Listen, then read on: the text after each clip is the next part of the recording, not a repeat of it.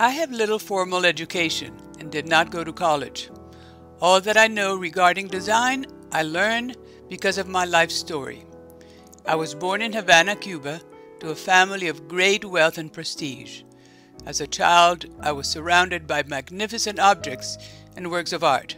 My great-grandfather had been President of Cuba and had built the presidential palace, which my great-grandmother decorated using the top design houses of the early 1900s, which at the time were Tiffany's and the French house of Jansen. When the communist regime of Fidel Castro took over, my family was forced to leave Cuba, leaving everything we had behind, and we had to move to Mexico. From wealth and importance, we arrived in Mexico to a life of total poverty and despair. All I remember from that time was all the adults in my life crying all day long.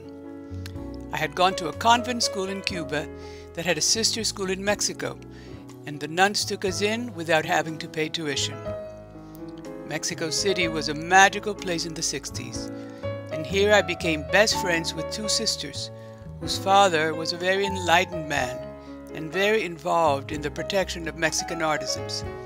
Their home, surroundings, and connections allowed me again to be constantly in touch with beautiful objects and works of art.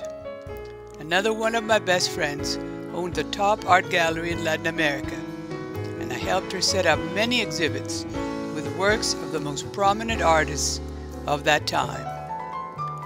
I have lived in many places: Italy, Spain, Holland, New York, Mexico, Miami, New Orleans, and have traveled all over the world, where I have visited many museums and art galleries, shops, and markets.